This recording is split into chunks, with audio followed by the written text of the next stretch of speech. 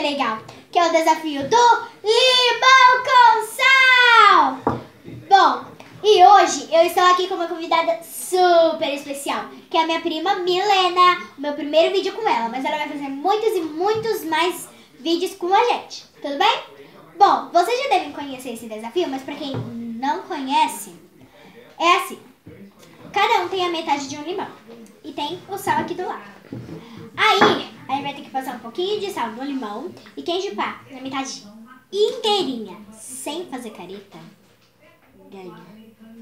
Aí quem fizer mais caretas, tá bom, perde. Quem fizer menos, ganha. Vamos começar, né? Eu vou ganhar porque eu amo limão com sal, gente. Amo. Quem não ama?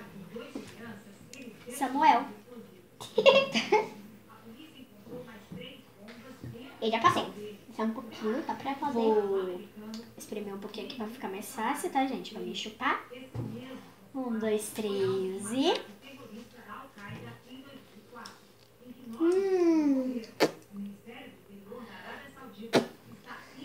Tá uma delícia. Ai, gente. Delícia. Olha ela vermelha querendo fazer careta.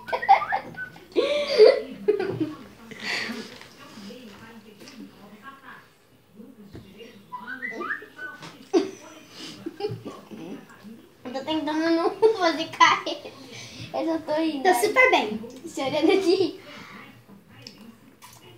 Tá uma delícia. Sim.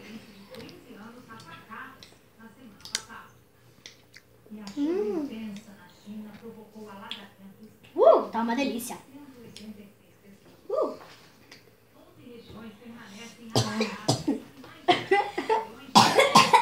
Coloca a mão na boca pra tossir, Milena.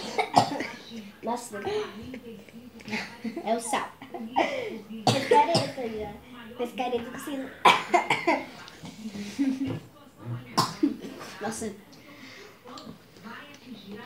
Já fez um monte de careta, gente, tossindo.